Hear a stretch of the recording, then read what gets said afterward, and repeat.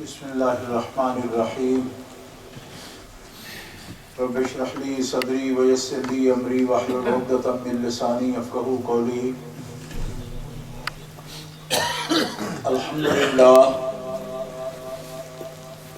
الحمدللہ الذی لا مانع لحکمہ ولا ناقض لقضائہ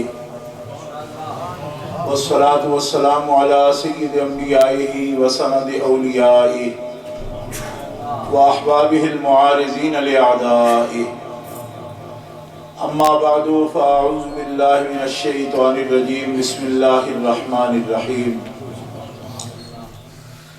ولا تقولوا لمن يقتل في سبيل الله أموات بل أحياء ولكن لا تشعرون. صدق الله العظيم. إن الله وملائكته يصلون على النبي يا أيها الذين آمنوا صلوا عليه وسلموا تسليما. اللهم صل على سيدنا ومولانا محمد وعلى آله وصحبه وبارك وسلم صلاة وسلاما عليك يا رسول الله صلاة وسلاما عليك يا حبيب الله. مولاي صل وسلم دائما أبدا على حبيبك خير الخلق كلهم. الحمد لله منشئ الخلق من عدمي ثم الصلاة على المختار في القدم. محمد سيد الكونين والثقلين والفريقين من عرب ومن عجم. فاق النبيين في خلق وفي خلق ولم يدانوه في علم ولا كرم. وكلهم من رسول الله ملتمس غرفا من البحر أو رشفا من الديم. ثم الرضا عن أبي بكر وعن عمر وعن علي وعن عثمان ذي الكرم والآل والصحب ثم التابعين لهم أهل التقى والنقى والحلم والكرم. اللہ تبارک و تعالی جل جلالہ وعم نوالہ وآزم شانہ واتم برہانہ کی حمد و ثنا حضور رحمت عالم نور مجسم شفیع معظم قائد المرسلین سید النبیین سید العالمین امام الاولین والآخرین جناب محمد مصطفیٰ احمد مجتبیٰ صلی اللہ علیہ وآلہ واصحابہ وبارک وسلم کی بارگاہ اقدس و انور میں درود و سلام کا ہدیہ پیش کرنے کے بعد معزز و محترم حاضرین اہل اسلام اہل سنت و جماعت عاشقان مصطفیٰ مرکزی جامع مسجد میں منعقدہ یہ محفل مبارکہ محرم الحرام شریف میں سید الشہداء امام علی مقام شہزادہ گلبوں کبا راکب دوش مصطفیٰ رضی اللہ تعالی عنہ وارداہ عنا کی یاد میں منعقد ہے. اور اس وقت پوری دنیا کے اہل اسلام ایسی ہی تقریبات منعقد کر رہے ہیں اور قرآن و سنت کی روشنی میں اہل بیت اطہار کا ذکر کرتے ہیں، آل رسول پاک کا ذکر کرتے ہیں اور ان کی شان ان کے فضائل بیان ہوتے ہیں اور ان کی سیرت طیبہ سے جو ایک مسلمان کو سبق ملتا ہے وہ سبق دہراتے ہیں. حضرت علامہ مولانا حافظ محمد اعجاز صاحب قدس سرہ نے مجھے پیغام دیا کہ اس مسجد شریف میں حاضری دوں. چند روز قبل پاکستان سے میں آیا ہوں، ابھی طبیعت پوری ٹھیک نہیں تھی، مسلسل سفر وامی ہوتے ہیں، لیکن میں نے یہاں کے ماحول کے پیش نظر کے ماشاءاللہ یہاں مرکزی اجتماع ہوتا ہے اور مسجد بھی اہل سنہ کا مرکز ہے، کوشش کی کہ میں اس مجلس میں حاضری دوں. اللہ تعالیٰ جل شانہ آپ کا اہتمام قبول فرمائے اور سب حضرات کی حاضری نیک مقاصد کے لیے جو اس پاک محفل میں آئے ہیں اللہ تعالیٰ سب کو اپنے مقاصد میں کامیابی عطا فرمائے. محترم حضرات، یہ مختصر سا وقت ہے جس میں میں آپ کے سامنے حاضر ہوں اور اہل بیت اطہار ان کے اتنے دینی مرتبے ہیں، روحانی مدارج ہیں کہ جن کو بیان کرنے کے لیے بڑا وقت چاہیے، کیونکہ ان کی تعریف، ان کی مدح کوئی بندہ نہیں کر سکتا، کیونکہ ان کی تعریف اور ان کی مدح قرآن مقدس میں خود خالق کائنات جل وعلا نے فرمائی۔ اہل بیت اطہار پوری کائنات میں ایک بے مثل خاندان ہے۔ نبی پاک صلی اللہ علیہ وسلم کا خاندان بے مثل خاندان ہے۔ قرآن پاک میں اللہ تعالیٰ نے کئی مقامات پر نبی پاک صلی اللہ علیہ وسلم کے آباء و اجداد کا ذکر کیا ہے، اور حضور نبی پاک کے آباء و اجداد کا ذکر کر کے اللہ تعالیٰ جل شانہ نے ساری دنیا پر ان کی فضیلت کو بیان فرمایا ہے۔ بلکہ ایک دنیا نہیں، قرآن پاک کے 7ویں پارے میں ایک ایسی آیت ہے جس میں اللہ تعالیٰ یہ فرماتا ہے کہ ہم نے آپ کو سارے عالمین پر فضیلت عطا فرمائی۔ وَوَهَبْنَا لَهُ إِسْحَاقَ وَيَعْقُوبَ كُلًّا هَدَيْنَا وَنُوحًا هَدَيْنَا مِن قَبْلُ وَمِن ذُرِّيَّتِهِ دَاوُودَ وَسُلَيْمَانَ وَأَيُّوبَ وَيُوسُفَ وَمُوسَى وَهَارُونَ وَكَذَلِكَ نَجْزِي الْمُحْسِنِينَ وَزَكَرِيَّا وَيَحْيَا وَعِيسَى وَإِلْيَاسَ كُلٌّ مِّنَ الصَّالِحِينَ وَإِسْمَاعِيلَ وَالْيَسَعَ وَيُونُسَ وَلُوطًا وَكُلًّا فَضَّلْنَا عَلَى الْعَالَمِينَ۔ یہ سب حضور پاک نبی کریم صلی اللہ علیہ وسلم کے آباء و اجداد ہیں جن کا ذکر ہو رہا ہے۔ 17 انبیاء کرام کا نام ہے یہاں، 17 انبیاء کرام کا ذکر ہے۔ اس میں نبی پاک کے جد ہیں، حضرت اسماعیل علیہ السلام کا بھی ذکر ہے، حضرت ابراہیم علیہ السلام کا ذکر ہے، حضرت اسحاق علیہ السلام کا ذکر ہے، اور 17 انبیاء کا ذکر کر کے اللہ تعالیٰ فرماتا ہے یہ محسنین ہیں، یہ صالحین ہیں۔ اور تیسری آیت ختم ہو رہی ہے تو یہ لفظ ہیں کہ یہ سارے کے سارے جہانوں سے بلند ہیں۔ فضلنا علی العالمین، ہم نے انہیں سارے جہانوں سے بلند کر دیا۔ یہ قرآن پاک کے صریح لفظ ہے۔ بعض ایسے لوگ ہیں کہ ان کو فضیلت کی بات ہی نہیں ملتی، کہتے ہیں انسان سارے برابر ہوتے ہیں۔ میں نے کہا انسان سارے کیسے برابر ہوتے ہیں؟ انسان نفس انسانیت میں برابر ہوتے ہیں، لیکن کوئی باپ ہوتا ہے، کوئی دادا ہوتا ہے، کوئی پوتا ہوتا ہے، کوئی بیٹا ہوتا ہے، تو سب کے ایک جیسے کیسے حقوق ہوتے ہیں؟ جو بیٹا ہوتا ہے تو اس کو باپ کے سامنے بھی اف کرنے کا حکم نہیں ہے، جی سخت بات کرنے کا حکم نہیں ہے۔ برابر کیسے ہیں؟ آپس میں آپ جیسے بات کر سکتے ہیں، باپ کے سامنے آپ اف نہیں کر سکتے۔ لا تقل لهما اف ولا تنهرهما وقل لهما قولا کریما۔ تو برابر کیسے ہوتے ہیں؟ بیٹا بیٹا ہوتا ہے، پوتا پوتا ہوتا ہے، بابا بابا ہوتا ہے، دادا دادا ہوتا ہے، ان کے اپنے اپنے مقامات ہیں، اپنے درجات ہیں۔ پھر معلم کا اپنا درجہ ہے، استاذ ہے اس کا اپنا درجہ ہے، ہر بڑے کا بڑا درجہ ہے اپنا۔ اللہ تعالیٰ فرماتا ہے سب سے بلند کُلًّا فَضَّلْنَا عَلَى الْعَالَمِينَ، ہم نے ان تمام انبیاء کو 18,000 عالموں پر فضیلت عطا فرمائی۔ اس لیے اس مکتبہ فکر کی تو بات یہاں ہی ختم ہو گئی، جو کہتے ہیں کہ فضیلت ہے ہی کسی کی، ان کی بات ہی ختم ہے۔ تو قرآن پاک کے لفظ، پھر یہ انبیاء کرام ہیں، ان کے درجے بھی برابر نہیں ہیں۔ نفس نبوت میں، نبی ہونے میں یہ برابر ہیں کہ سب کو وحی آتی ہے، لیکن اللہ تعالیٰ قرآن میں فرماتا ہے، اللہ تعالیٰ جل شانہ وعز اسمہ قرآن میں فرماتا ہے وَلَقَدْ فَضَّلْنَا بَعْضَ النَّبِيِّينَ عَلَى بَعْضٍ وَآتَيْنَا آتینا داؤد زبورا، البتہ تحقیق ہم نے بعض نبیوں کو بعض پر بلند شان عطا فرمائی ہے، بعض کو بعض پر فضیلت دی۔ اس لیے نبی انبیاء جن پر وحی اترتی ہے رب کی، نفس نبوت میں وہ برابر ہیں کہ وحی آتی ہے سب کو، لیکن درجوں میں وہ بھی برابر نہیں۔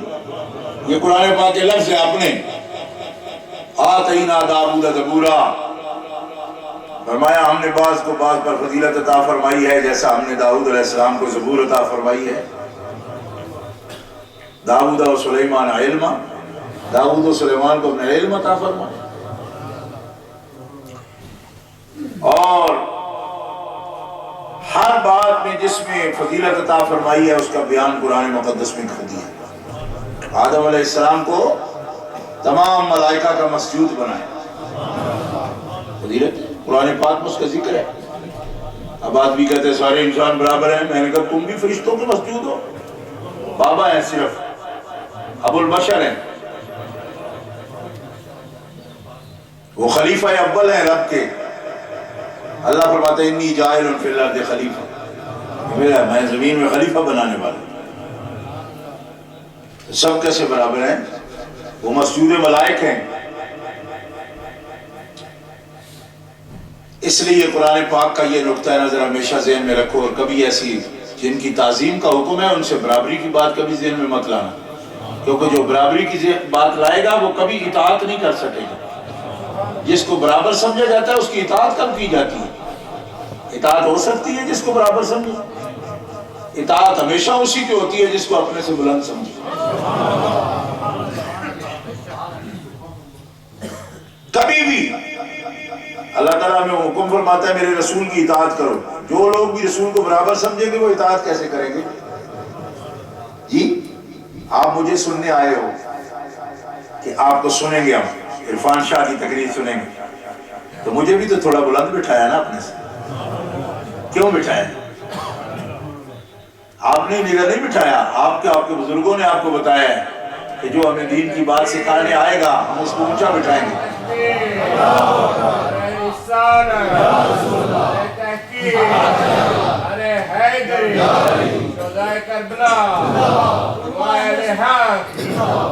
تو ہوتا ہے نا،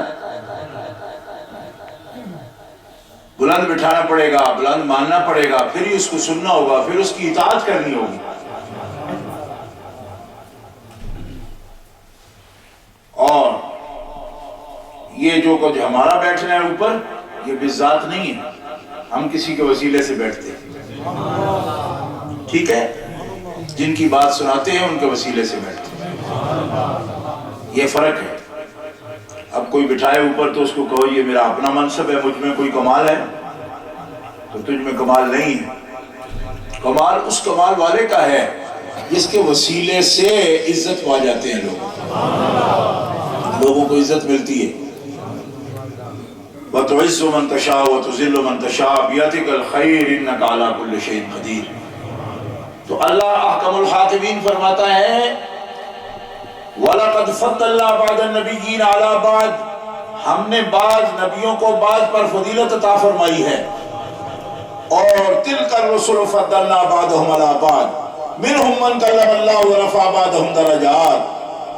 یہ اللہ کے رسول ہیں، رسول اعظام ہیں، جو صاحب وحی ہیں، صاحب شریعت مستقلہ ہیں، جن کو کتابیں عطا فرمائی گئیں، مستقل شریعتوں کا مالک بنایا گیا۔ فضلنا بعضهم علی بعض، ان کو بعض پر ہم نے درجوں میں فرق رکھا، بلند شان عطا فرمائی۔ اصل نبوت میں رسالت میں فرق نہیں، لا نفرق بین احد من رسل، رسول ہونے میں فرق نہیں، سب ایک جیسے رسول ہیں، لیکن درجوں میں فرق ہے۔ کیا کہ منہم من کلم اللہ، بعض وہ ہیں جن سے اللہ نے کلام فرمایا۔ دیکھو نا فرق کیسے آیا، کیسے آیا فرق ان کے درمیان۔ بعض وہ ہیں جن کے ساتھ پردے کے پیچھے کلام کیے، من ورائے حجاب، ان یکلمہ اللہ الا واحیا، او من ورائے حجاب او یرسل رسولا فیوحی باذنہ ما یشاء، کہ اللہ تعالیٰ ان سے کلام فرماتا ہے، لیکن کلام کے طریقے کیا ہیں، کسی کے دل میں بات ڈال دی، القاء فی القلب، کسی کو سچا خواب دکھایا یا کسی سے کلام کیا پردے کے پیچھے، یا کسی کے پاس فرشتہ بھیجا اس کے ذریعے کلام کیا، لیکن جس کے ساتھ بلا واسطہ کلام کیا، منہم من کلم اللہ، اب جس کے ساتھ براہ راست کلام کیا رب نے، بلا واسطہ کلام کیا، نہ فرشتہ ہے نہ پردہ ہے، بلا واسطہ کلام کیا، نہ صرف خواب میں کلام کیا، نہ صرف القاء فی القلب کیا، بلکہ براہ راست کلام سے ان کو متصف فرمایا اور ان کو کلام سے مشرف فرمایا، فرمایا کچھ وہ ہیں جن سے اللہ نے کلام فرمایا ہے۔ اب یہ ہے درجے کا فرق، جن سے براہ راست کلام فرمایا، کلم اللہ موسیٰ تکلیما، کلام فرمایا اللہ تعالیٰ نے موسیٰ علیہ السلام سے، اور تھوڑا سا کلام نہیں کیا، بہت سا کلام فرمایا۔ تکلیمہ کا یہ معنی ہے، یعنی ایک آدھ جملہ نہیں، بڑی رج رج کے گلہ کی تھی۔ تکلیمہ کلام کیا ہے اور بڑا کلام کیا ہے، جب تک وہ سیر نہیں ہوئے کلام چھوڑے ہی نہیں، کلام کرتے رہے۔ یہ بڑی بلند شان ہے نا۔ اللہ تعالیٰ جل شانہ، اب سب مسلمان ہیں، آج تک کوئی اللہ تعالیٰ کا کلام کسی طرح اور کوئی مشاہدہ کوئی بات غائبانہ، ہم سب ایمان رکھتے ہیں، حضور کا فرمان ہے ہمارا ایمان، یؤمنون بالغیب، لیکن بتاؤ نا جس اللہ کی تلاش میں اتنے بزرگ بیٹھے ہیں، ہو سکتا ہے 60 سال سے سجدے کر رہے ہیں، تو اس ہستی کو پھر بلند کیوں نہ مانے کہ وہ ہمارا معبود مسجود جس کو ہم سجدے کرتے ہیں، یاد کرتے ہیں، جو ہمارا معبود حقیقی ہے، مالک ہے، خالق ہے، وہ جس بندے سے کلام کرے وہ بندہ کیوں نہ بلند ہو جائے؟ اے مسلمانوں کو سوچو تو صحیح، اس کو ہم اپنے برابر کہہ سکتے ہیں جس سے اللہ تعالیٰ کلام فرماتا ہے؟ یہ فرق نبی پاک نے جہاں اپنے آپ کو ہمارے آقا و مولا نے ہماری مثل کہا ہے، وہاں بھی فرق یہی بتایا، انما انا بشر مثلکم، شکل صورت میں تو میں تمہارے جیسے ہی ہوں، لیکن فرق یہ ہے یوحا الیہ، میرا رب مجھ سے باتیں کرتا ہے، بس فرق نہیں سمجھا کرو، یوحا الیہ انما الہکم الہ واحد۔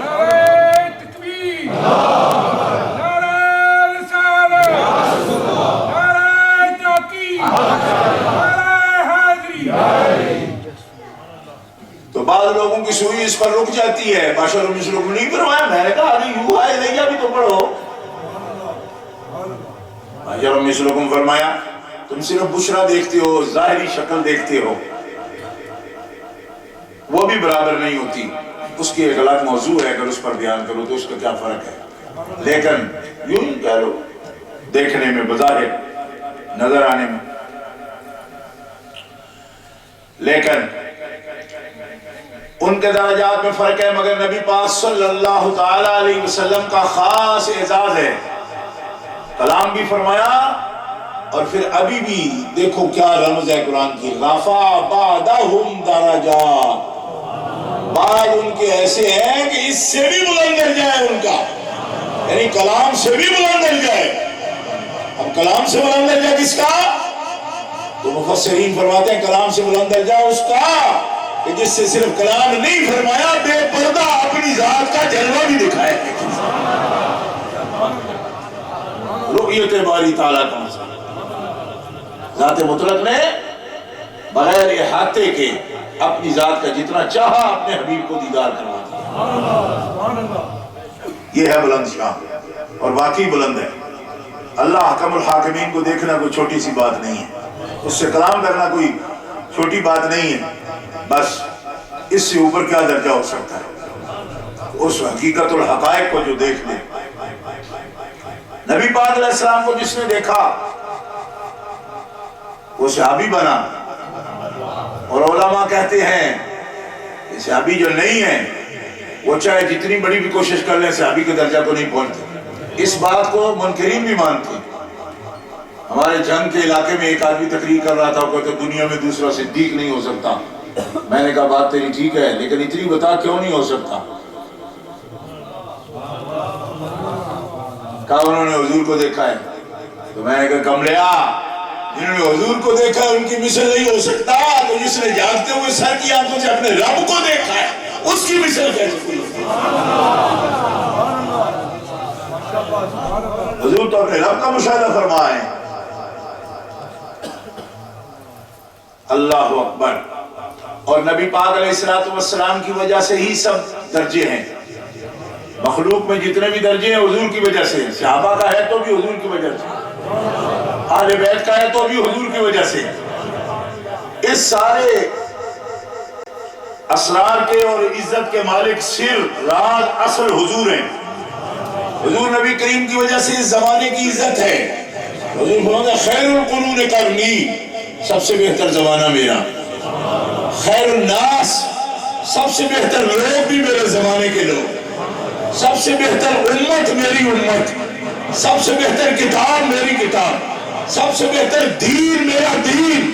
اور انا خیرہم نفسا و خیرہم بیتا، میری ذات بھی سب سے بہتر ہے، میرا گھرانہ بھی سب سے بہتر.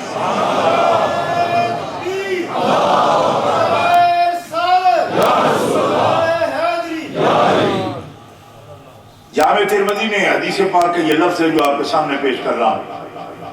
حضور فرماتے ہیں صلی اللہ تعالی علیہ وآلہ وصحبہ وبارک وسلم، آپ فرماتے ہیں ان اللہ اصطفیٰ بنی کنانہ من ولد اسماعیل. حضرت اسماعیل علیہ السلام کی اولاد سے رب تعالیٰ نے بنی کنانہ کو چن لیا. واصطفیٰ بنی کنانہ سے رب تعالیٰ نے چن لیا قریش کو. واصطفیٰ من قریش بنی ہاشم، رب تعالیٰ نے قریش سے بنی ہاشم کو چن لیا. اور واصطفانی من بنی ہاشم، اور سارے بنی ہاشم سے رب تعالیٰ نے مجھے چن لیا. اور محبت سے کہیں سبحان اللہ. یہ سیاہ ستہ میں صحیح حدیث کے لفظ ہیں جو آپ کے سامنے پیش کر رہا ہوں. حضور کی وجہ سے اب سب کو خیر ہو گئے. خیر، لوگ سب سے بہتر، امت سب سے بہتر، کتاب سب سے بہتر، زمانہ سب سے بہتر، آل سب سے بہتر، امت سب سے بہتر، اصحاب سب سے بہتر. کیوں؟ اس لیے جو سب سے بہتر ہیں ان سے تعلق ہوگا. اور یہ تقریر نہیں، یہ قرآن پاک کا مفہوم ہے، یہی عقیدہ ہے ہمارا. تقریر کا مطلب یہ نہیں کہ تقریر کوئی قرآن پاک سے ادھر ادھر کر دوں نا. کیسے کہاں کہ خاندان بے مثل ہے؟ یہ حدیث پاک سن لی آپ نے، اب قرآن پاک کی بھی آیت سن لیں. قرآن پاک میں 22واں پارہ دوسری آیت پڑھ کے دیکھ لیں. یا نساء النبی لستن کاحد من النساء ان اتقیتن فلا تخضعن بالقول فیطمع الذی فی قلبه مرض وقلن قولا معروفا وقرن في بيوتكن ولا تبرجن تبرج الجاهلية الأولى وأقمن الصلاة وآتين الزكاة وأطعن الله ورسوله إنما يريد الله ليذهب عنكم الرجس أهل البيت ويطهركم تطهيرا.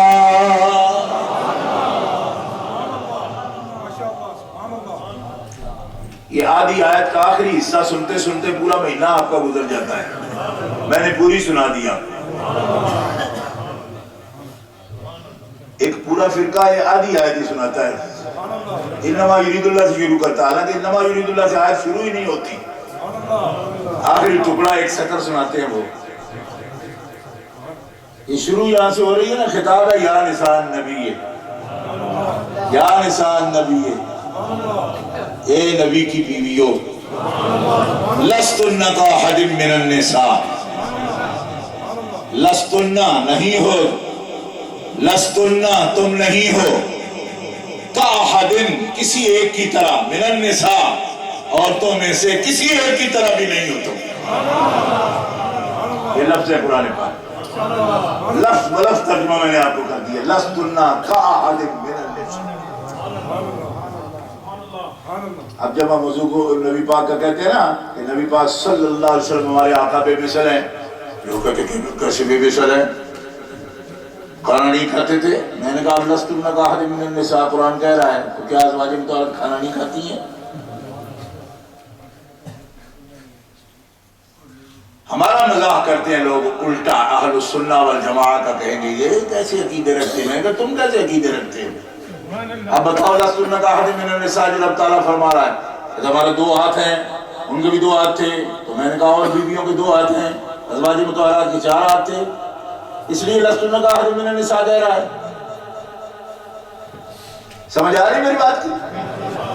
یعنی جب حضور کی بات ہم کریں تو کوئی بے ادب گستاخ کہتے ہیں کہ 2 ہاتھ تھے کھانا کھاتے تھے۔ میں نے کہا یہ امیاں مومنوں کی مائیں کھانا نہیں کھاتی، ان کو لستن کاحد من النساء کیوں کہا؟ بے ادبو، گستاخو، کھانا کھاتی ہیں، مگر سب سے بہتر رسول جو بے مثل ہے اس کی بیویاں ہیں، اس لیے اسی نسبت سے فرمایا، عورت ہونے کی وجہ سے نہیں، نبی کی بیویاں ہونے کی وجہ سے، تم میں مثل کی بیویاں ہو اس لیے تم کسی عورت کی طرح نہیں۔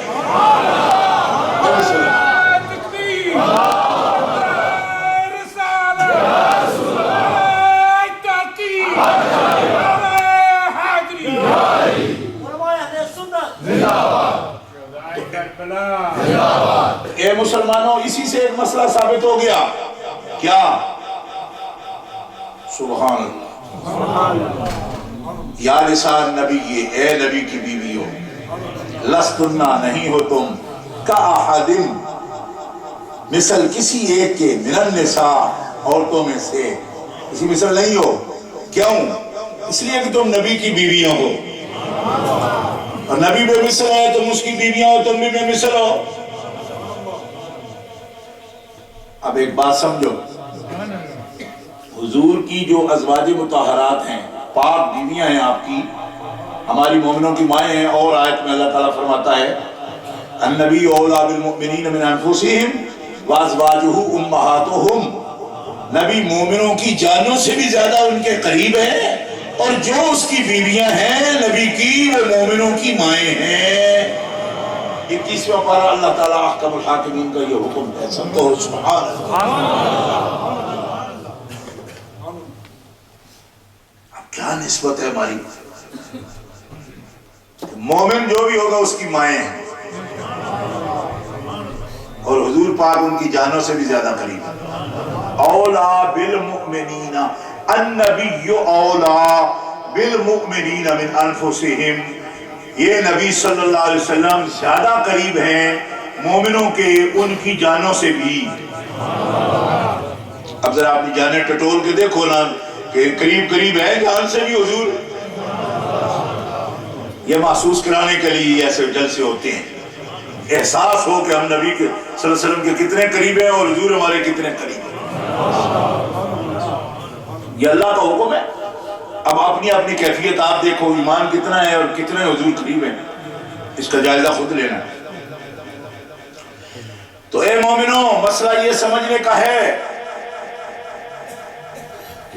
نساء نبی، اے نبی کی بیویو، لستن کاحد من النساء، تم کسی ایک عورت کی طرح نہیں ہو۔ اب جو حضور کی بیویاں ہیں، ہماری مائیں، یہ نبی پاک علیہ السلام کا اپنا خون نہیں ہے، قبیلہ نہیں ہے، سب کچھ ہیں، پھوپھی کی بیٹیاں ہیں ان میں نبی پاک علیہ السلام کی، لیکن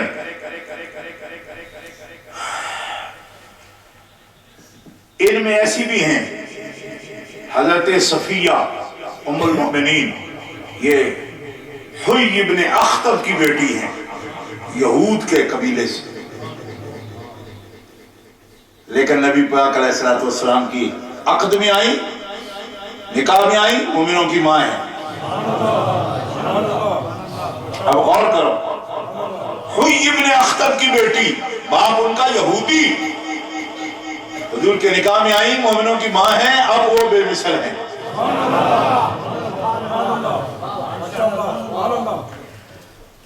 حضرت ماریہ قبطیہ مصر سے آئی، نبی پاک کے بیٹے حضرت ابراہیم انہی سے پیدا ہوئے ہیں، ماریہ قبطیہ، قبطی قبیلے سے، قبیلہ قبط۔ مشہور ہے مصر کا، اس سے تعلق ہے، ماریہ قبطیہ مصر سے آئی ہے۔ حضرت جویریہ ہماری مومنوں کی ماں، خزاعیہ مستلقیہ، حضرت میمونہ، حضرت حفصہ حضرت عمر کی بیٹی ہیں، عمر فاروق کی حضور کی بیوی ہیں۔ حضرت عائشہ الصدیقہ بنت صدیق مبرہ فی القرآن، ابو بکر صدیق کی بیٹی ہیں۔ حضرت ام حبیبہ ابو سفیان بن حرب کی بیٹی ہیں۔ یہ نبی پاک کی بیویاں ہیں۔ توجہ ہے، رب فرماتا ہے تمہاری مثل کوئی نہیں، تم کسی کی مثل نہیں، بے مثل ہو۔ کہنے کا مطلب یہ ہے کہ بیوی نکاح میں جب آئے، مرد کے نکاح میں آ گئی، اس کی بیوی ہے، لیکن اس کے بدن کا جزو نہیں ہے۔ ہاں، بدن کا جزو نہیں، وہ اولاد ہوتی ہے، وہ جسم کا بدن کا جزو مانی جاتی ہے۔ بیوی جزو نہیں مانی جاتی، قریب مانی جاتی ہے۔ بات سمجھ آئی؟ لیکن نبی کریم علیہ السلام سے جن کو قرب نصیب ہوا، رب تعالیٰ فرماتے ہیں ان کی بھی کوئی مثل نہیں۔ اب یہاں سوچئے کہ جو مثل نہیں، جو بدن کا جز نہیں، حضور کے خون کا جز نہیں، لیکن نبی پاک کے قرب کی وجہ سے رب نے انہیں بے مثل فرما دیا۔ تو جن خاتون کو رسول اللہ یہ فرمائے کہ فاطمہ تو بضعۃ منی، فاطمہ میرے جگر کا ٹکڑا ہے، تو جو حضور کے جگر کا ٹکڑا ہو اس کی بے مثلیت کا کیا عالم ہے۔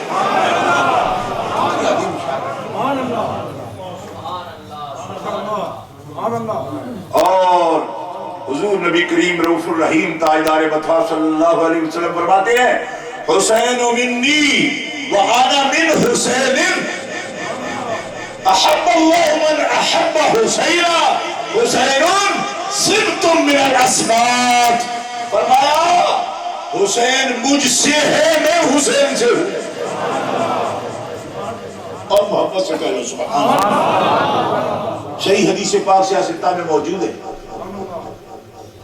اور ایسی نفیس عظیم ہستی کہ جو ان سے محبت کرے اس سے اللہ تعالیٰ محبت فرماتا ہے۔ اب بتاؤ بندہ ایسا کوئی کہ جس سے انسان پیار کرے تو اس سے اللہ محبت کرے، کتنا عظیم مقام ہے۔ اور حسین صبت من الاسباط، بچوں میں سے حسین ایک خاص بچہ ہے، حضور فرماتے ہیں صبت من الاسباط۔ صرف بتانے کا یہ مطلب تو نہیں تھا کہ ایک صبت ہے صبتوں میں سے، نہ، اس کا ترجمہ ہے حسین صبت من الاسباط، حسین میرے خاندان کے بچوں میں سے خاص بچہ ہے۔ یہ حضرت انس بن مالک کی حدیث سے جو آپ نے معلوم کی سرکار سے، اس سے بھی پتہ چلتا ہے کہ خاص ہے، کیونکہ انہوں نے کہا ایھا اہل بیت کا احب الی یا رسول اللہ، سارے اہل بیت میں آپ کو محبوب کون ہے، سب سے پسندیدہ آپ کا کون ہے؟ تو نبی پاک فرماتے ہیں حسن و حسین سب سے زیادہ پسندیدہ ہے، میرے محبوب ہے، میرے خاندان، میرے اہل بیت۔ اب سارا خاندان پاک ہے، اہل بیت پاک ہیں، قرآن میں اللہ نے فرما دیا۔ ابھی آیت کریمہ 22ویں پارے کی میں نے آپ کے سامنے پڑھ دی، یہ ازواج ہیں، یہ پاک ہیں، ازواج پاک ہیں، کیونکہ آیت شروع ہی یہاں سے ہوتی ہے، یا نساء النبی لستن کاحد من النساء ان اتقیتن، تمہیں بہت پرہیزگار رہنا ہے کیونکہ تم خاص ہو۔ اب خاصوں کو یہ بھی بڑا کام ہوتا ہے، خاصوں کے لیے کیا خاص ہے؟ ان اتقیتن لا تخدعن بالقول، تمہیں عامیانہ بات نہیں کرنی، تم خاص ہو۔ یطمع الذی فی قلبہ مرض وقلن قولا معروفا، بے احتیاطی بھی نہیں کرنی، معروف بات کرنی ہے۔ پردے کے احکام میں یہ بات ہو رہی ہے، قرن فی بیوتکن، تمہیں گھروں میں رہنا ہے، لا تبرجن تبرج الجاہلیت الاولی، تم بے مثل ہو، اس لیے تمہیں اپنے لباس میں بھی خیال کرنا ہے۔ جاہلیت کا لباس نہیں پہننا، اقیمنا الصلاۃ، نماز قائم رکھنا، آتینا الزکوٰۃ، زکوٰۃ ادا کرنا، اطیعنا اللہ و رسولہ، اللہ اور رسول کی اطاعت کرنا کامل. کیوں؟ انما یرید اللہ لیذھب عنکم الرجس، کیونکہ ہم ارادہ کر چکے ہیں کس بات کا؟ کہ تمہیں پاک کریں. اور یہ سارے حکم اسی لیے دے رہے ہیں کہ تمہیں پاک کرنا ہے. تمہیں تکلیف میں ڈالنا مقصد نہیں، تمہیں پاک کرنا مقصد ہے. اور پاک جب کریں گے تو یہ ہے پاکوں والے کام.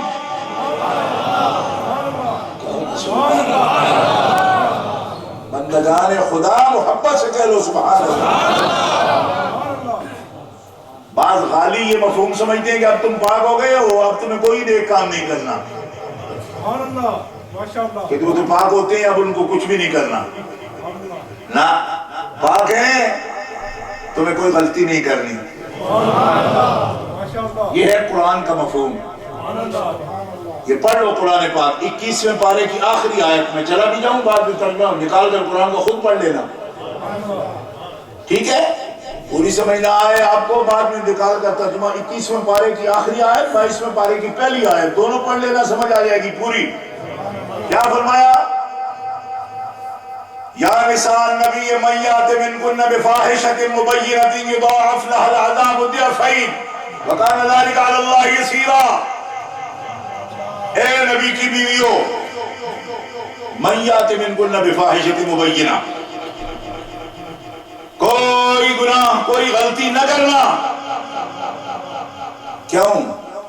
اس لیے کہ تم خاص ہو، اس لیے تمہیں اللہ کی طرف سے دوہرا عذاب ہوگا اگر تم نے کوئی غلطی کی.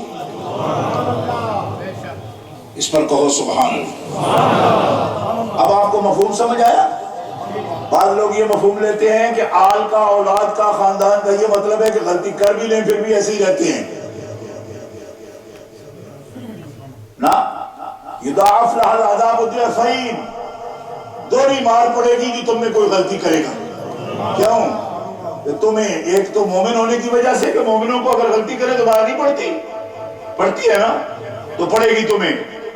اور دوسرا کہ تم ہو بڑے اونچے خاندان کے، تمہیں اپنی اس حیثیت پر بھی غور کرنا چاہیے. یہ خیر تب ہے کہ تمہارا ڈیوٹیاں بڑی اعلیٰ ہیں. کوئی سمجھ آئی ہے؟ کوئی نہیں. شریعت اس طرح کا مزاج رکھتی. اور بعض لوگ جو ہے نا وہ اس طرح کا مزاج رکھتے ہیں کہ ہم تو اس خاندان سے اب جو چاہے کریں، ہمارے ساتھ وعدہ ہو گیا کہ ہمیں کوئی کچھ عذاب ہونے ہی نہیں. تو میں نے کہا یہ قرآن شریف پڑھو. تم ہندو برہمن ہو کہ تم خدا کے ماتھے سے پیدا ہوئے، جیسے ہندوؤں نے کہا کہ بامن متھے سے کچھ جمے ہیں، شودر پیرا جو جمے ہیں. اب بامن جو خدا کا بیٹا بن کے رہے گا؟ نہ، یہ شریعت مصطفیٰ ہے، یہ دین خدا ہے، اس کے احکام دیکھو. آپ ہندوؤں کے برہمن نہ بنو. آل رسول ہونے کا مطلب ہے ڈیوٹی دوہری دینی پڑے گی.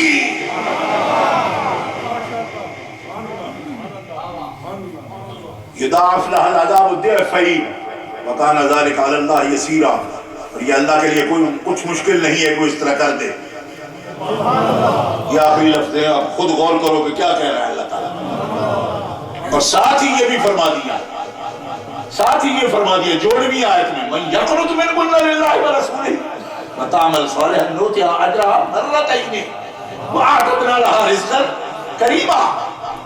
اور اگر تم نے پابندی رکھی اور نیک عمل کیے تو عام مومنوں کو جتنا اجر دوں گا اس سے اجر بھی تمہارا دوہرا ہوگا. کیونکہ ایک مومن ہونے کی وجہ سے، ایک میرے رسول کا خاندان ہونے کی وجہ سے. اب کہو سبحان اللہ. تو اس لیے نہیں، پروٹوکول تو لیں گے دوہرا اور ڈیوٹی نہیں دیں گے اکالی بھی. یہ غلط ہے. یہ قرآن کا تصور نہیں ہے، بامنوں کا تصور ہے. یہ کن کا تصور ہے؟ بامنوں کا. برہمن وہ تو خدا کی بس متھے سے جمی ہوئی اولاد ہے، ان کا جو خدا ہے. اب وہ تو وہی رہیں گے، وہ غلط ہے. کیوں؟ فرمایا یہاں شریعت کا تصور یہ ہے کہ آپ خاص ہو، یقیناً ہو، لیکن یقیناً ہونے کی وجہ سے تمہاری خاص ڈیوٹیاں ہیں. غلطی نہیں کر بیٹھنا، عذاب دوہرا ہوگا. نیکی کرنا اجر بھی دوہرا ہوگا، ایک مومن ہونے کی وجہ سے، اور دوسرا نبی علیہ السلام کا خاندان ہونے کی وجہ سے. اجرہا مرتین، کہ ایک عام مومن مسلم اگر نیکی کرے گا، من جاء بالحسنہ فلہ عشر امثالہا، اگر ایک مومن نیکی کرے گا تو 10 اس کو اجر ملیں گے. اس دنیا میں 10 اجر ہے. اور اگر خاندان نبوت نیکی کر لے 20 اجر ہیں اس کے. اور جہاں کسی کو 1 سوٹی پڑے گی، 1 بار پڑنے والی ہے، وہاں اگر غلطی کرے گے تو 2 سوٹیاں پڑے گی. کیوں؟ ایک مومن ہونے کی وجہ سے، ایک خاص خاندان ہونے کی وجہ سے.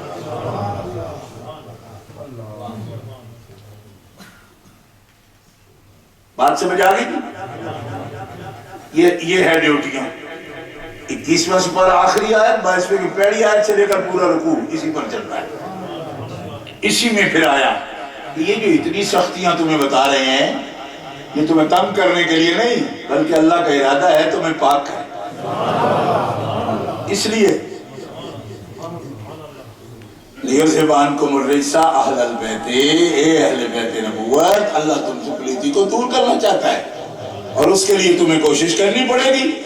وَيُطَهِّرَكُمْ تَطْهِيرًا، اور تمہارے لیے اتنا کامل نصاب اس لیے بتایا کہ تمہیں پاک کرے جیسے پاک کرنے کا حق ہے. اور حق کیا ہے؟ کہ جو تمہارے سربراہ خاندان کے جیسی شان ہے ان کی شان کے لائق ان کی بیویوں کو پاک کر دے، ان کی اولادوں کو پاک.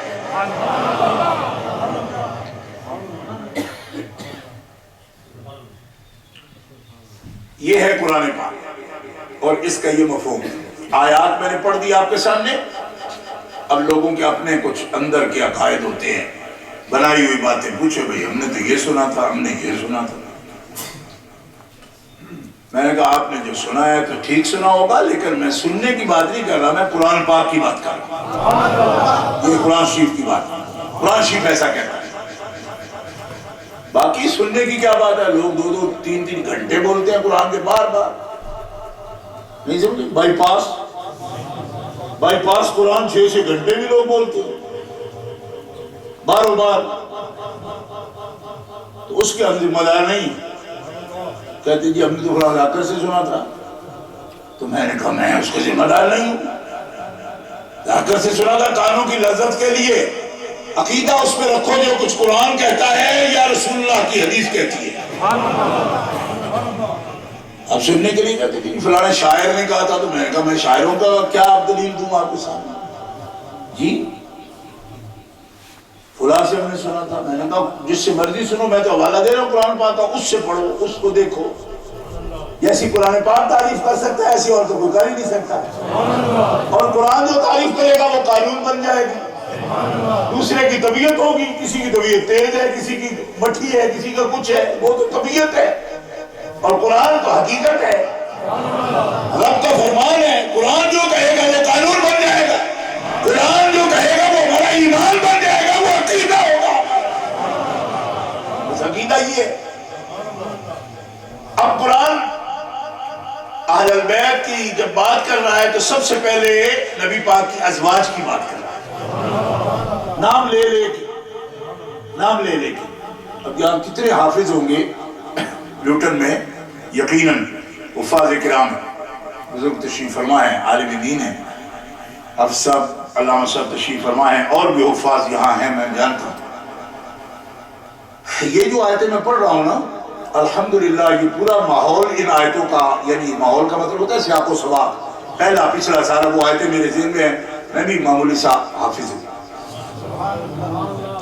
تو یہ آیت جو میں پڑھی ہے یہاں، اس سے پہلے بھی جو آیت، اس سے پہلے جہاں آیت رکوع شروع ہو رہا ہے وہاں بھی حکم کل ازواج کا، وہاں بھی بات ہو رہی ہے، حکم حضور کی ازواج کو ہو رہا ہے، یا ایھا النبی قل لازواج. اس لیے یہ کوئی اچانک نام نہیں آ گیا کہ اے اہل بیت کے ساتھ النساء کا نام کیوں آیا؟ یہ کلام ہی ان سے ہو رہا ہے باقاعدہ. اور میں دعوت پیش کرتا ہوں سب سنیوں کو کہ ضرور اس سے پہلا رکوع بھی پورا پڑھنا، آپ کو سمجھ آ جائے گی کہ یہ بات ہی ساری ان سے ہو رہی ہے اور قانون بیان ہو رہا ہے باقاعدہ. اب آپ کو مسئلہ کیا سمجھانا مقصد ہے میرا کہ جب اہل بیت کا نام آئے گا تو حضرت خاتون جنت تو اہل بیت ہیں کیونکہ حضور کے جگر کا ٹکڑا ہے. امام حسین اہل بیت ہیں کہ حضور فرماتے ہیں حسین مجھ سے ہے، میں حسین سے ہوں. امام حسن مجتبی حضور فرماتے ہیں ابنی ھذا سیدن، یہ حسن میرا بیٹا ہے اور یہ سردار ہے میری امت کا. بخاری شریف اٹھا کے دیکھو اور جامع ترمذی اٹھا کے دیکھو، ہما ابنا، یہ دونوں میرے بیٹے ہیں. اور یہ بھی فرمایا کہ میری بیٹی کے بیٹے ہیں، میرے بیٹے ہیں. اور یہ بھی فرمایا ہما ریحانتان، یہ دونوں میرے پھول ہیں. اگر محمد رسول اللہ کی خوشبو سونگنی ہو، حسن میں بھی میری خوشبو ہے، حسین میں بھی میری خوشبو ہے.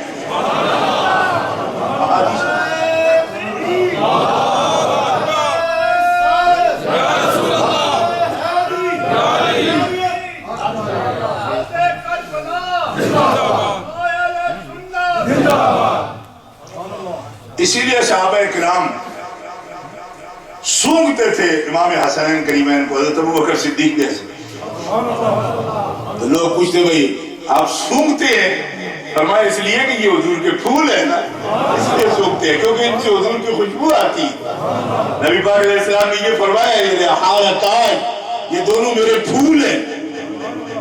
ریحانت الرسول ہے، حضور کے پھول ہیں تو پھول سے خوشبو آتی ہے نا. تو رسول کے خوشبو، رسول کے ریحانہ کا کیا مطلب ہے؟ اس کا مطلب ہے رسول کے پھول ہیں. تو رسول کا پھول جو ہوتا ہے تو اس سے رسول کی خوشبو آئے گی. اسی لیے ابوبکر صدیق فرماتے ہیں کہ جب اب ان کو سونگتے ہیں تو رسول اللہ کے بدن کی خوشبو ہے.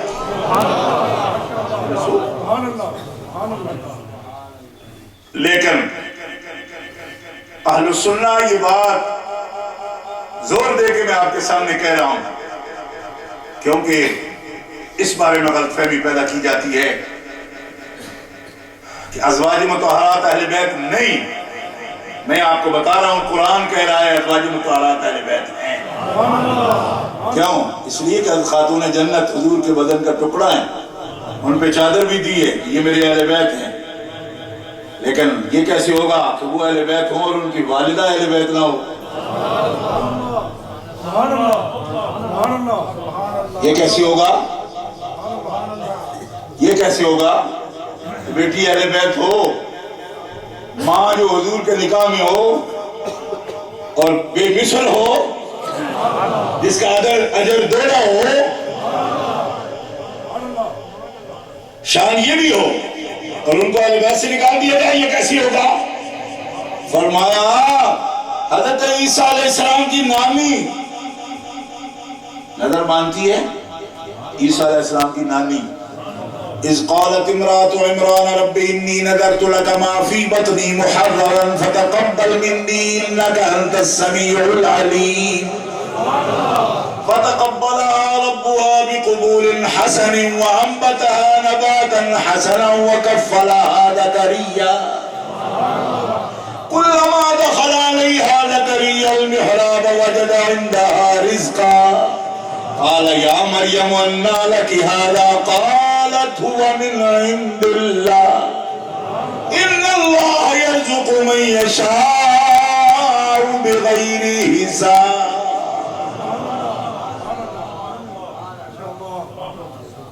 عیسیٰ علیہ السلام کی نانی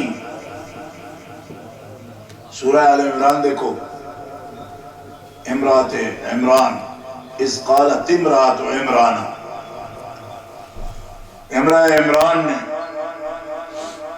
نظر مانی، ربے اے میرے رب نظر تو لاکا، میں نے نظر مانی، نظر تو لاکا، میں نظر کروں گی تیرے لیے معافی بطنی، جو کچھ بھی میرے پیٹ میں ہے، بچہ ہے یا بچی ہے.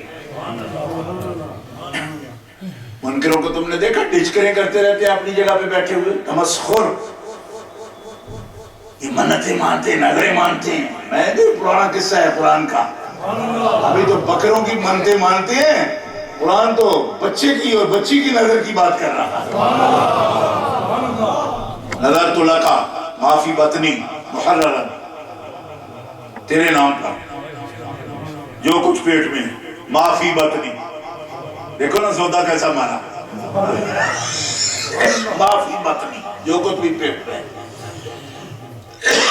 بچہ ہو یا بچی ہو, لک تیرے لیے تیرے نام پر کر. کس کی نانی؟ حضرت عیسیٰ علیہ السلام کی نانی. بات سمجھ آ رہی؟ قرآن کسی کی نانیوں کی نظر کی بیان کرتا ملتا ہے نا, چونکہ عیسیٰ علیہ السلام کی نانی ہے بیان ہو رہا ہے. ٹھیک ہے جی, تو عیسیٰ علیہ السلام کی نانی نظر مان رہی ہے تو اس کا بیان قرآن کر رہا ہے. اور امام حسین علیہ السلام کی رضی اللہ تعالی عنہ وارضہ عنہ علی ابیہ علیہ السلام, ان کی نانی ہو تو وہ اہل بیت سے ہی خارج ہے. عیسیٰ علیہ السلام کی نانی نظر مانے تو قرآن بیان کرے. کیوں کہ عیسیٰ علیہ السلام کی نانی تو عیسیٰ کے ساتھ ہے, اور امام حسین پاک کی نانی امام حسین سے خارج ہے. امام حسین اہل بیت ہے, ان کی والدہ اہل بیت ہے, نانی اہل بیت نہیں. فرمایا عیسیٰ کی نانی آل عمران میں تو ذکر ہو رہا ہے ان کا. اور بندے خدا کے تو خدیجہ الکبریٰ کو اہل بیت سے کیسے نکالو گے؟ تو جو خدیجہ کو اہل بیت سے نہیں نکالو گے تو عائشہ صدیقہ کو کیسے نکالو گے؟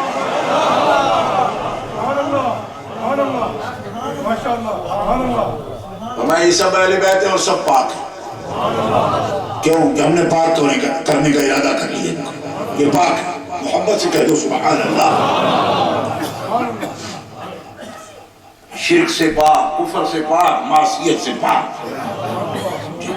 رجس سے یہ سب چیزیں مراد ہیں. شرک بھی, کفر بھی, معصیت بھی, ان سے پاک فرما دیا. اور اللہ کی یہ مہربانی ہے کہ اس کے ایسے بندے ہیں کہ جن کو اللہ تعالیٰ نے اپنی قدرت کے پہرے میں رکھ لیا, اور شیطان کے شر سے اور نفس کے شر سے انہیں محفوظ فرما دیا. محبت سے کہہ دیجئے سبحان اللہ. اب سرکار کا حکم مبارک آیا حدیث میں. حضرت بلال رضی اللہ تعالیٰ عنہ فرماتے ہیں مجھے فرمایا نبی علیہ السلام نے, بلال جب بھی صدقات واجبہ تقسیم کرو تو عقیل ابن ابی طالب کے گھر نہ دیا کرو, عقیل کے گھر نہ دیا کرو, جعفر کے گھر بھی نہ دیا کرو. جعفر ابن ابی طالب کے گھر صدقات واجبہ نہ دیا کرو. علی ابن ابی طالب کے گھر بھی صدقات واجبہ نہ دیا کرو. میرے چچا عباس ابن عبد المطلب کے گھر بھی صدقات واجبہ نہ دیا کرو. کیوں؟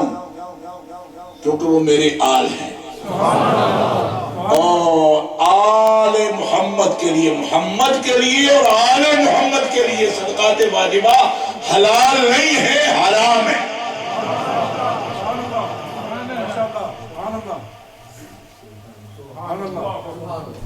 لے محمد ولا لے آل محمد, نہ محمد کے لیے نہ آل محمد کے لیے صدقات واجبہ حلال نہیں ہے. اور جن جن پر صدقات واجبہ حلال نہیں ہے نہ دو, وہ سب میرے اہل بیت میں داخل ہیں. اور وہ کن کے گھر میں نہ دو, عقیل کے گھر بھی نہ دو, جعفر کے گھر بھی نہ دو. عقیل وہی ہیں جن کے 8 بچے خاندان کے بیٹے اور پوتے امام علی مقام کے ساتھ میدان کربلا میں شہید ہو رہے ہیں. تبھی تو آج میں حضور نے کب کر شامل کر لیا کہ صدقات واجبہ نہیں کھلایا, ان کا خون بھی پاک ہے. یہ ناصر ہیں حضور کے, امام علی مقام کے ناصر ہیں, مددگار ہیں. 5 تو صرف بیٹے ہیں حضرت عقیل کے, اور نبی پاک نے کب ہے واقعہ تو 60 سال بعد ہوا ہے. نبی پاک دیکھ رہے تھے آئینہ میں کس کا خون جائے گا حسین کے ساتھ. یہ پاک خون ہے جو کربلا محلہ میں دین کے ناموس کے لیے جائے گا. فرمایا عقیل کا خون بھی ہم نے چن لیا, وہ میرا حال ہے, اس کو بھی صدقات واجبہ نہ کھلانا. 5 بیٹے ان کو. اللہ اکبر. اور 3 پوتے ہیں ان کے. 8 بندے صرف حضرت عقیل کے گھر کے ہیں. 2 پوتے جعفر بن ابی طالب کے حضرت عبداللہ کے بیٹے جو حضرت زینب ہے، یہ بہو ہیں حضرت جعفر کی. اور محمد دونوں پوتے یہ حضرت جعفر کے پوتے ہیں جو میدان کربلا میں اپنے ماموں کے ساتھ شہید ہوئی. اور نبی پاک نے کب کا صدقہ ان پر حرام کر دیا کہ انہی سے خاندان ہے ہمارا، حضرت جعفر ابن ابی طالب کا. اور 2 راجے کیسے پاتے ہیں؟ اشارہ کر دیتا ہوں، ٹائم ہو گیا. حضرت جعفر غزوہ موتا میں شہید ہوئے. بعض لوگوں کو بہت رونا پیٹنا کرنا ہوتا ہے. میں ان کو یہ بھی بتانا چاہتا ہوں کہ مختصر وقت میں سب باتیں میں نے پہلے عرض کیا تھا کیسے بتاؤں گا، لیکن اصحاب عزیمت اس طرح کے نہ ہوتے ہیں، نہ ان کے ماننے والے ایسے ہوتے ہیں جس طرح کا ماتم سیاپا شروع کرتے ہیں لوگ. اس خاندان میں کو پہلے ہیں جن پر یہ کام ہوا. حضرت جعفر کے دونوں بازو غزوہ موتا میں نبی پاک عالم اٹھائے وہ شہید ہو گئے. حضور کی حیات مبارکہ میں بخاری شریف کے اندر موجود ہے. حضور مدینہ شریف میں بیٹھے خود بتا رہے ہیں جعفر کے دونوں بازو قلم ہو گئے. لیکن مرحبا، جعفر نے میرا عالم گرنے نہیں دیا، دانتوں سے اٹھا لیا. عباس علمدار انہی کے تو بھتیجے ہیں. اور نبی پاک فرماتے ہیں میں نے دیکھا جنت میں جعفر کو اللہ نے بازوؤں کے بدلے میں اسے پر عطا فرمایا. وہ تیار ہے، اڑتا پھرتا ہے جنت کے اندر. لیکن ابن رواحہ وہ بھی شہید ہے. عبداللہ ابن رواحہ فرماتے ہیں میں نے دیکھا عبداللہ ابن رواحہ بھی اڑتا ہے مگر جعفر جتنا بلندی پر نہیں اڑتا. تو میں نے عرض کی یا اللہ میرے تو دونوں صحابی ہیں، جعفر اونچا کیوں اڑتا ہے حالانکہ ایک ہی غزوہ میں دونوں کافر کے ہاتھوں سے مارے گئے. تو تیری بارگاہ میں جعفر کی بلندی کیوں ہے؟ جعفر بلند اڑتا ہے ابن رواحہ سے.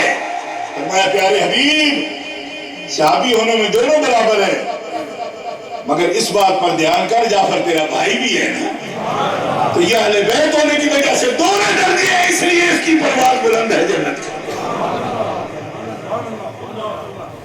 جعفر ابن ابی طالب یہ ہیں جن کے 2 پوتے حضرت عبداللہ کے بیٹے حضرت زینب کی بہو ہیں حضرت مولا علی کی بیٹی، ان کے بیٹے شہید ہوئے ہیں. نبی پاک علیہ السلام 60 سال پہلے 65 برس قبل حضرت بلال کو فرما دیا صدقے کا ان کو کچھ نہ دینا. صدقات واجبہ سے لا تحلو لمحمد ولا لآل محمد. حتیٰ کہ امام حسن مجتبی نے صدقہ کی کھجور اٹھا کر رکھ لی تھی منہ میں. نبی پاک نے فرمایا کہا یا حسن پھینکو اس کو، یہ صدقہ کی کھجور ہے اور تم آل محمد ہو. حضرت امام حسن چھوٹے تھے، ایسے زور لگایا تو گرتی نہیں، نکلتی نہیں، تو کھجور میں پھنس جاتی ہے. تو نبی پاک علیہ السلام نے انگلی مبارک ڈال کے کھینچ لی. ہمارے صدقہ کی کھجور ہے، تم آل محمد ہو. صدقہ حرام ہے کیونکہ انما ہی اوساخ الناس، یہ لوگوں کی میل کچیل ہے، اور میل کچیل رب نے میری آل کو اس سے پاک فرمایا. صدقات واجبہ نہیں کھاتے. اللہ اکبر. یہ سب شہداء ہوئے، امام حسن مجتبی بھی، امام حسین علی مقام بھی، حضرت عقیل ابن ابی طالب بھی، حضرت جعفر ابن ابی طالب بھی. عقیل ابن ابی طالب کا خاندان میں مسلم بن عقیل جو سفیر حسین ہے کربلا معلّہ کے، ان کی پاکی کا خدائے پاک کرتا ہے بیان. آیا یہ تطہیر سے ظاہر ہے شان اہل بیت. بے اجازت ان کے گھر میں جبرائیل آتے نہیں، قدر والے جانتے ہیں قدر و شان ہے. اہل بیت اطہار درود و سلام کے مستحق ہیں. ان کی بارگاہ قدس میں ہم درود شریف اور امام شافعی فرماتے ہیں آپ کا شرف و کمال یہ ہے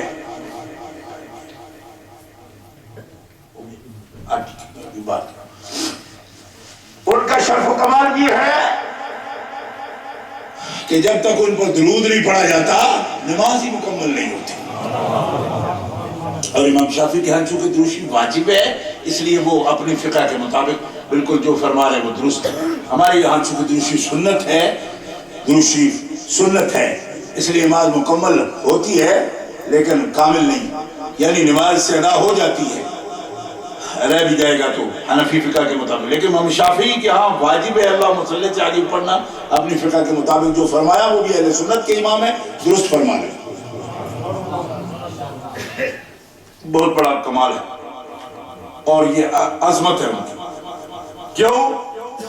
یہ تو خالص بندگی ہے رب کی جو ایک بندہ کر رہا ہے، بندگی رب کی، الہ ہمارا مالک، اس کی بندگی ہے نا، تو اس کی تکمیل پر بھی جن بندوں پر درود و سلام وہ بھجواتا ہے وہ اس کے خاص ہیں تبھی بھجواتا ہے، ورنہ دیکھو رب کی بندگی بندہ کر رہا ہے تو اس میں دوسرے بندوں کا کیا کام؟ آپ کو سمجھ آ رہی ہے اس بات کی؟ لوگ بھی تو کہتے ہیں کہ آپ بندگی رب کی کر دو، بندگی رب کی کر رہے ہیں، عبادت ہے رب کی، کوئی رات کے اندھیرے بھی کرے اٹھ کے کرے رات کی عبادت، لیکن جن کے ساتھ محبت خدا کے لیے ہوتی ہے اللہ تعالیٰ ان کو اپنی محبت کے ساتھ ذکر کرنے کا بھی حکم فرماتا ہے۔ اور آخری حدیث پاک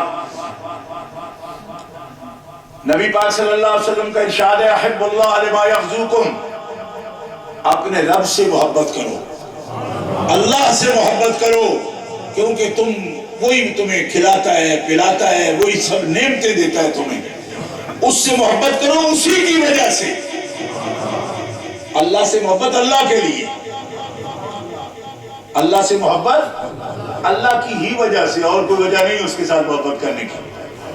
اللہ الہ ہے اور الہ سے محبت لازم ہے، اور قرآن یہ بھی کہتا ہے والذین آمنوا اشد حبا للہ، ایمان والے وہ ہیں جو سب سے شدید محبت اپنے رب سے کرتے ہیں، اللہ سے محبت کرتے ہیں۔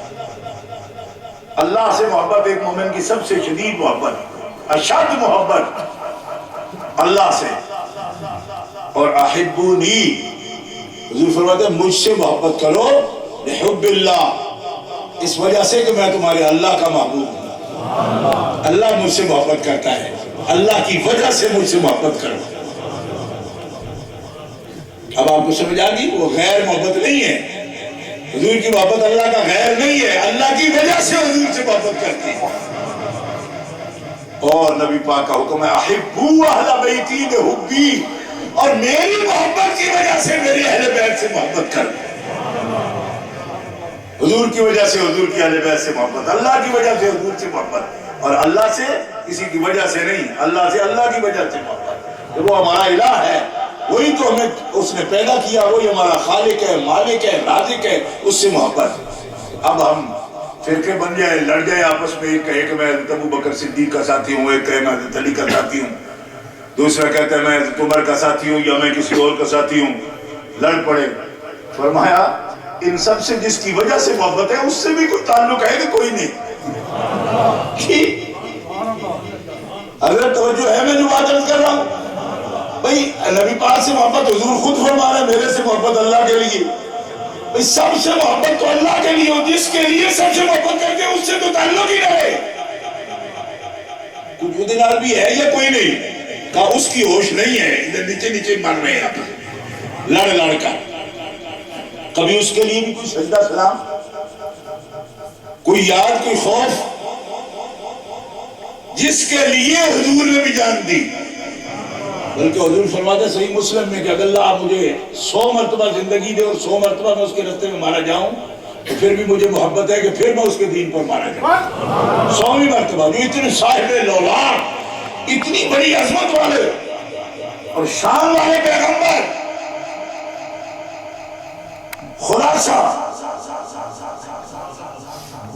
خلاصہ ہے، اتنی قیمتی جان، فرماتے میں دین پر قربان۔ حضرت امام علی مقام، اتنی محبت، اتنا قرب حضور سے، اتنی قیمتی اثاثہ ملت کا، اور آپ نے بے دریغ کوئی اس میں آپ نے لمبی چوڑی کوئی فکر میں نہیں پڑے، آپ نے دین پر قربانی دی، 72 نفوس کی قربانی دی۔ تو اتنا تو ہر آدمی سمجھتا ہے کہ کم قیمت چیز پر تو کوئی قربانی نہیں دیتا، ہمیشہ اعلیٰ چیز کی حفاظت کے لیے بندہ قربانی دیتا ہے۔ جس کو اپنے سے بھی کم سمجھے گا اس کے لیے کیا قربانی دے گا؟ جان کے مقابلے میں مال کی بات آ گئی تو بندے مال قربان کر دیں گے، جان بچا لیں گے، ہے نا؟ تو امام حسین علی مقام کیا سمجھ رہے ہیں؟ میں اور میرا سارا خاندان لیکن رب کے دین کے لیے ہم سب قربان ہو جائیں. دین اتنا قیمتی ہے کہ ہمیں بھی اس پر قربان ہونا چاہیے. اور یہ بات امام حسین کو کس نے سکھائی؟ ان کے نانا جان نے، کیونکہ وہ صاحب لولاک ہیں، پوری کائنات کی قیمت کے رسول ہیں. لیکن آپ خود فرماتے ہیں مجھے 100 مرتبہ رب زندگی دے، 100 مرتبہ میں دین پر اگر قربان ہو جاؤں تو 101ویں مرتبہ بھی میری یہی خواہش ہوگی کہ یا اللہ میں تیرے دین پر قربان ہوں. ثم اقتل ثم احیا ثم اقتل. اس لیے وہ دین مومنوں ہمارے پاس ہے جس پر رسول اللہ قربان ہونے کے لیے 100 مرتبہ خواہش کر رہے ہیں. امام حسین جس پر قربان ہوئے، اب وہ چیز آپ کے پاس ہے.